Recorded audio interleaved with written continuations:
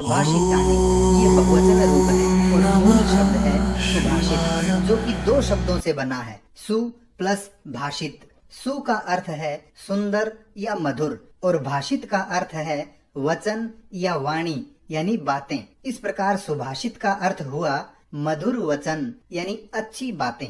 तो आइए इस पाठ में दिए गए कुछ श्लोकों के माध्यम से अच्छी अच्छी बातें पढ़ते हैं। पहला श्लोक है, गुणा गुणज्ञेषु गुणा भवन्ति ते निर्गुणं प्राप्य भवन्ति दोषाः सुस्वादुतोयाः प्रभवन्ति नद्यः समुद्रमासाद्य भवन्त्यपेयाः। इसका अन्वय इस प्रकार है, गुणाः गुणज्ञेषु गुणाः भवन्ति ते अर्थात गुणाः निर्गुणं प्राप्य दोषाः भवन्ति यथा नद्यः सुस्वादुतोयाः प्रभवन्ति परं ताः समुद्रम आसाद्य अपेयाः भवन्ति।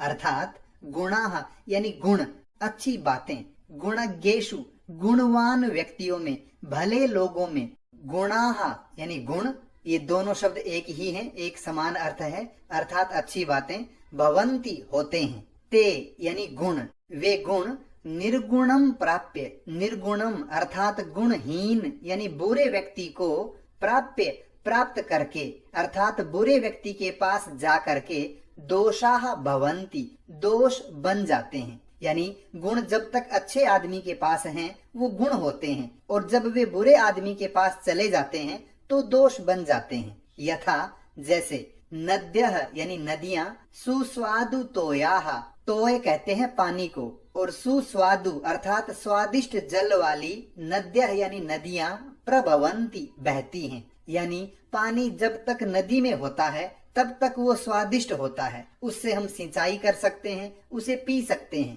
परम परंतु ताहा वे कौन, नदियां, समुद्रम आसाद्य समुद्र को प्राप्त करके अर्थात समुद्र से मिलते ही अपेयाः भवन्ति, अपेय यानी न पीने योग्य हो जाती हैं। इसका अर्थ है गुण जब तक गुणी व्यक्ति के पास होते हैं तब तक गुण होते हैं, वे अच्छे ही होते हैं, परंतु जब वे गुण निर्गुण अर्थात गुणहीन व्यक्ति के पास चले जाते हैं तो वे दोष बन जाते हैं। जैसे स्वादिष्ट जल वाली नदियां बहती हुई समुद्र से मिलते ही अपेय यानी न पीने योग्य हो जाती हैं।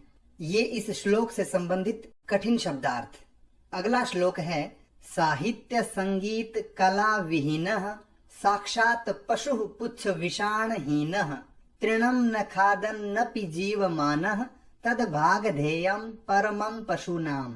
इसका अन्वय है, साहित्य संगीत कला विहीनः जनः पुच्छ विषाणहीनः साक्षात पशु अस्ति सः तृणं न खादन्नपि जीवमानः अस्ति तत् पशूनाम परमं भागधेयम अस्ति। अर्थात साहित्य यानी लिटरेचर, संगीत अर्थात गीत संगीत म्यूजिक, कला यानी आर्ट, यहाँ कला का अर्थ है सभी प्रकार की कलाएं अर्थात स्किल्स, विहीनः रहित यानी जो न साहित्य जानता है न संगीत जानता है न किसी तरह की कला है उसमें, ऐसा व्यक्ति, जनः यानी व्यक्ति, पुच्छ अर्थात पूंछ, विषाण यानी सींग, हीनः रहित, बिना पूंछ और सींग वाला, साक्षात पशु साक्षात पशु है, सह वह व्यक्ति, तृणम यानी घास, न खादन्नपि न खाता हुआ भी, जीवमानः जीवित है अर्थात वह घास न खा करके जी रहा है, तत् यह बात, पशु नाम असली पशुओं के लिए, परमम यानी परम बहुत ज्यादा, भागधेयम सौभाग्य की बात है। अर्थात साहित्य संगीत कला आदि से रहित व्यक्ति बिना पूंछ और सींग वाला साक्षात पशु है, वह घास न खाकर भी जीवित रहता है, यह बात उन पशुओं के लिए सौभाग्य की बात है। ये इस श्लोक से संबंधित कठिन शब्दार्थ। अगला श्लोक है, लुब्धस्य नश्यति यशः पिशुनस्य मैत्री नष्ट क्रियस्य कुलम अर्थ परस्य धर्मः विद्या फलम व्यसनिनः कृपणस्य सौख्यम राज्यम प्रमत्त सचिवस्य नराधिपस्य। इसका अन्वय है, लुब्धस्य यशः पिशुनस्य मैत्री नष्ट क्रियस्य कुलम अर्थ परस्य धर्मः व्यसनिनः विद्या फलम कृपणस्य सौख्यम प्रमत्त सचिवस्य नराधिपस्य राज्यम नश्यति। अर्थात लुब्धस्य यानी लालची व्यक्ति का यशः प्रसिद्धि, लालची व्यक्ति की प्रसिद्धि, इसमें क्रिया एक ही है, नश्यति यानी नष्ट होता है। अर्थात लालची व्यक्ति का यश यानी प्रसिद्धि नष्ट होती है। पिशुनस्य मैत्री, पिशुनस्य यानी चुगलखोर की, अर्थात जो दूसरों की बुराई करता है, चुगली करता है, उसकी मैत्री यानी मित्रता नष्ट होती है। नष्ट क्रियस्य, क्रियाएं अर्थात कार्य जिसके नष्ट हो गए हैं, यानी जो कोई भी काम नहीं करता, आलसी व्यक्ति का कुलम यानी परिवार नष्ट होता है।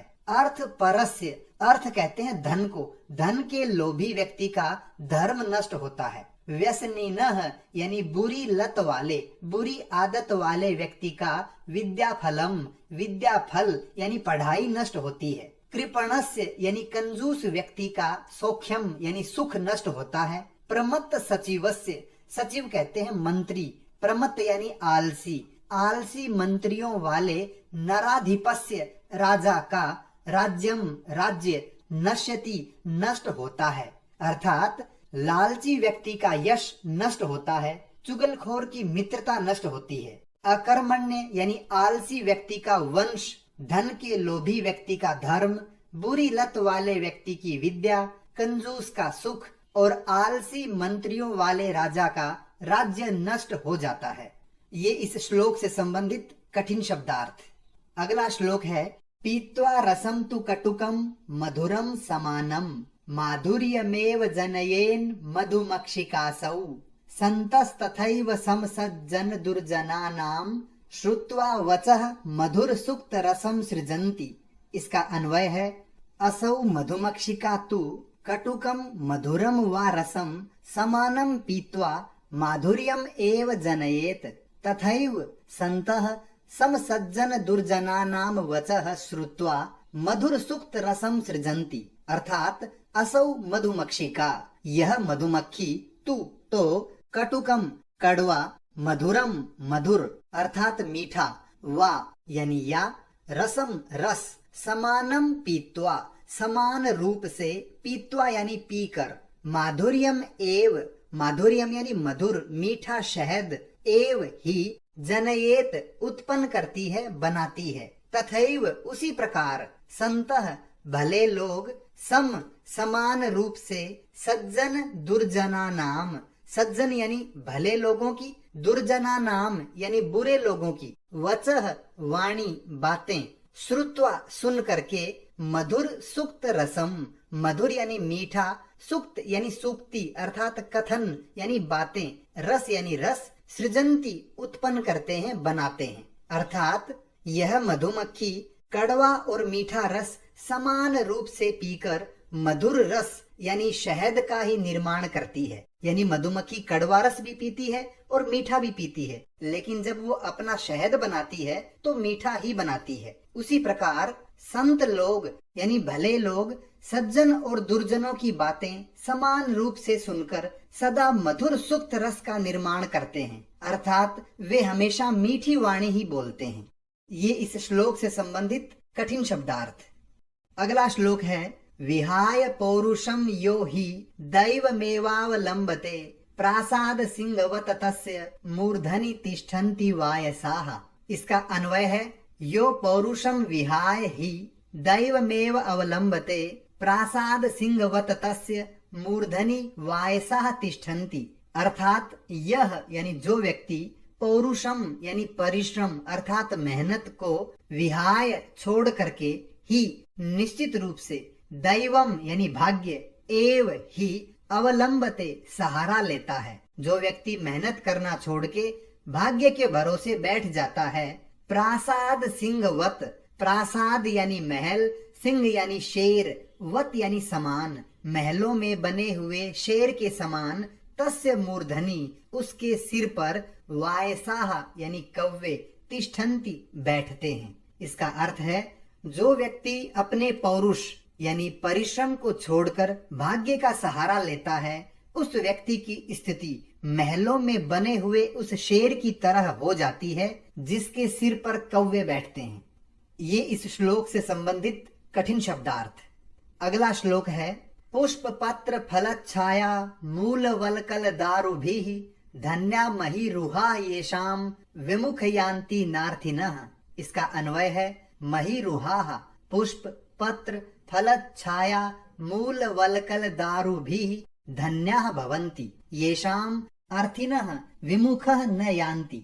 अर्थात महीरुहा यानी वृक्ष अर्थात पेड़, पुष्प यानी फूल, पत्र यानी पत्ते, फल यानी फल, छाया अर्थात छाया, मूल यानी जड़, वलकल यानी पेड़ों की छाल अर्थात छिलका, दारू यानी लकड़ी, भी ये तृतीय विभक्ति है यानी के द्वारा, आदि से, धन्या महान धन्य, भवंती होते हैं, येषाम जिनके, अर्थिनः याचक मांगने वाले लोग, विमुखः यानी उदास निराश, न यान्ति नहीं जाते हैं। इसका अर्थ है फूल, पत्ते, फल, छाया, जड़, छाल, लकड़ी आदि से युक्त पेड़ धन्य है, जिसके कारण याचक यानी मांगने वाला कभी भी उनसे विमुख यानी निराश होकर नहीं लौटता। अर्थात पेड़ों के पास दान करने के लिए बहुत कुछ है, वे अपने पास आने वाले व्यक्ति को कभी भी खाली हाथ नहीं लौटाते। ये इस श्लोक से संबंधित कठिन शब्दार्थ। अगला श्लोक है चिंतनिया ही विपदाम आदावेव प्रतिक्रियाः न कूप खननम युक्तम प्रदीप्ते वह्निना गृहे। इसका अन्वय है ही विपदाम आदौ एव प्रतिक्रियाः चिंतनीयाः गृहे वह्निना प्रदीप्ते कूप खननम न युक्तम। अर्थात ही निश्चित रूप से, विपदाम मुसीबत के, आदौ यानी शुरुआत में, पहले, एव ही, प्रतिक्रिया प्रतिक्रिया उसका समाधान, चिंतनिया सोच लेना चाहिए, गृहे यानी घर में, वह्निना प्रदीप्ते, वह्नि कहते हैं आग, प्रदीप्त यानी प्रदीप्त होने पर यानी जलने पर अर्थात आग लगने पर, कूप खननम कुआं खोदना, न युक्तम सही नहीं है। इसका अर्थ है मुसीबत आने से पहले ही उसका समाधान ढूंढ लेना चाहिए, मुसीबत आने के बाद उसका समाधान ढूंढना उसी प्रकार अनुचित है जैसे घर में आग लगने के बाद कुआं खोदना। ये इस श्लोक से संबंधित कठिन शब्दार्थ। अब हम चर्चा करेंगे अभ्यास कार्य पर। पहला प्रश्न है पाठे दत्तानाम पद्यानाम सस्वर वाचनम कुरुत। पाठ में दिए हुए श्लोकों का सस्वर वाचन करें। विद्यार्थी इसका अभ्यास स्वयं करें। दूसरा प्रश्न है श्लोकांशेषु रिक्त स्थानानि पूरयत। नीचे कुछ श्लोकांशों में रिक्त स्थान दिए हैं, उन्हें हमें भरना है। पहला है समुद्रम आसाद्य भवन्त्यपेयाः। समुद्र को प्राप्त करके अपेय हो जाती हैं। दूसरा है श्रुत्वा वचः मधुर सुक्त रसम सृजन्ति। वाणी सुनकर मधुर सुक्त रस का निर्माण करते हैं। तद भाग ध्येयम परमम पशूनाम। यह उन पशुओं के लिए बड़े सौभाग्य की बात है। विद्या फलम व्यसनिनः कृपणस्य सौख्यम।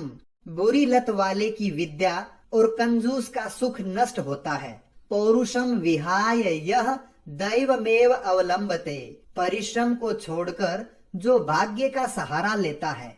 चिंतनिया ही विपदाम आदावेव प्रतिक्रियाः। अर्थात मुसीबत आने से पहले ही उसका समाधान ढूंढ लेना चाहिए। अगला प्रश्न है प्रश्नानाम उत्तराणि एक पदेन लिखत। नीचे दिए गए प्रश्नों के उत्तर एक शब्द में लिखिए। पहला है व्यसनिनः किम नश्यति। बुरी लत वाले व्यक्ति का क्या नष्ट हो जाता है। विद्या फलम यानी पढ़ाई। कस्य यशः नश्यति। किसका यश यानी प्रसिद्धि नष्ट होती है। लुब्धस्य यानी लालची व्यक्ति का।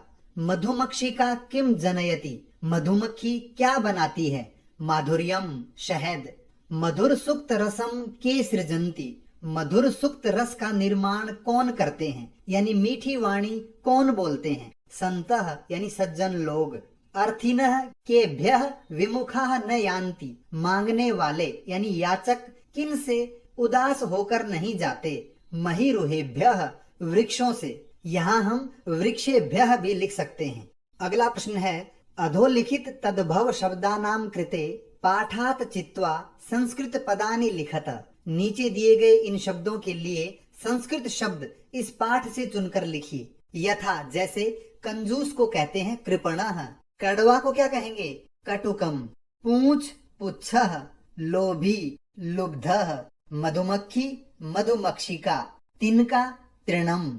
अगला प्रश्न है अधोलिखितेषु वाक्येषु कर्तरि पदम क्रियापदम च चित्वा लिखत।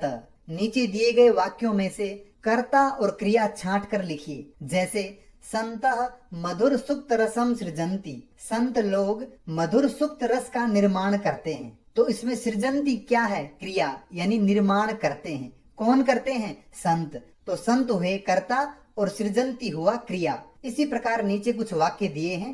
पहला है निर्गुणम प्राप्य भवन्ति दोषाः, निर्गुण को प्राप्त होके दोष बन जाते हैं। तो भवन्ति क्या है क्रिया, और कौन हो जाते हैं दोषाः यानी दोष। गुणज्ञेषु गुणाः भवन्ति, तो क्रिया हमें समझ में आ गई भवन्ति यानी हो जाते हैं। कौन हो जाते हैं गुणाः। मधुमक्षिका माधुर्यम जनयेत, मधुमक्खी शहद बनाती है। तो कौन बनाती है मधुमक्खी, तो मधुमक्षिका हुआ कर्ता और जनयेत ये क्रिया। पिशुनस्य मैत्री यशः नाशयति, चुगलखोर व्यक्ति की मित्रता प्रसिद्धि का नाश करती है। कौन करती है मैत्री, क्या करती है नाश, तो नाशयति क्रिया और मैत्री ये कर्ता। नद्यः समुद्र मासाद्य अपेयाः भवन्ति, नदियां समुद्र को प्राप्त करके अपेय हो जाती हैं। कौन हो जाती हैं नदियां, तो नदियां कर्ता और भवन्ति क्रिया। अगला प्रश्न है रेखांकितानि पदानि आधृत्य प्रश्न निर्माणम कुरुत। नीचे दिए गए वाक्यों में रेखांकित शब्दों के आधार पर प्रश्न निर्माण कीजिए। पहला है गुणाः गुणज्ञेषु गुणाः भवन्ति, गुणाः यानी गुण, गुणवान व्यक्तियों में गुण होते हैं। तो कौन होते हैं, कौन को कहते हैं के, तो प्रश्न बनेगा के गुणज्ञेषु गुणाः भवन्ति।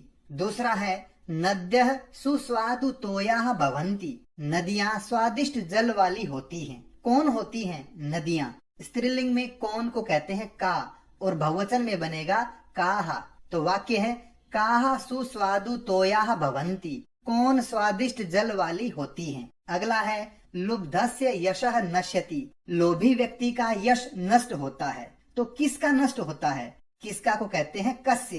तो वाक्य बनेगा कस्य यशः नश्यति, किसका यश यानी प्रसिद्धि नष्ट होती है। अगला है मधुमक्षिका माधुर्यमेव जनयति, मधुमक्खी शहद ही बनाती है। तो कौन बनाती है का माधुर्यमेव जनयति, कौन शहद ही बनाती है। अगला है तस्य मूर्धनि तिष्ठन्ति वायसाः, उसके सिर पर कौवे बैठते हैं। तो सिर पर तो हम लिखेंगे कहाँ, तो वाक्य बनेगा तस्य कुत्र तिष्ठन्ति वायसाः, उसके कहाँ पर कौवे बैठते हैं, या हम कस्मिन भी लिख सकते हैं। अंतिम प्रश्न है उदाहरणानुसारम पदानि पृथक कुरुत, उदाहरण के अनुसार शब्दों को अलग अलग करके लिखिए। जैसे समुद्र मासाद्य, तो दो टुकड़े इसके किए समुद्रम प्लस आसाद्य। इसी प्रकार नीचे कुछ शब्द दिए हैं, उन्हें हमें अलग अलग करके लिखना है। माधुर्यमेव, तो जिनमें ये मेव दिया है ये म हलंत हो जाएगा और एव आगे चला जाएगा। तो दो शब्द बनेंगे माधुर्यम प्लस एव। इसी प्रकार अल्पमेव, तो दो शब्द क्या होंगे अल्पम प्लस एव। सर्वमेव, सर्वम प्लस एव। दैवमेव, दैवम प्लस एव। महात्मनाम मुक्ति, महात्मनाम प्लस उक्ति, यानी महान लोगों का कथन। विपदा मादावेव, विपदामादौ प्लस एव, मुसीबत के आरंभ में ही।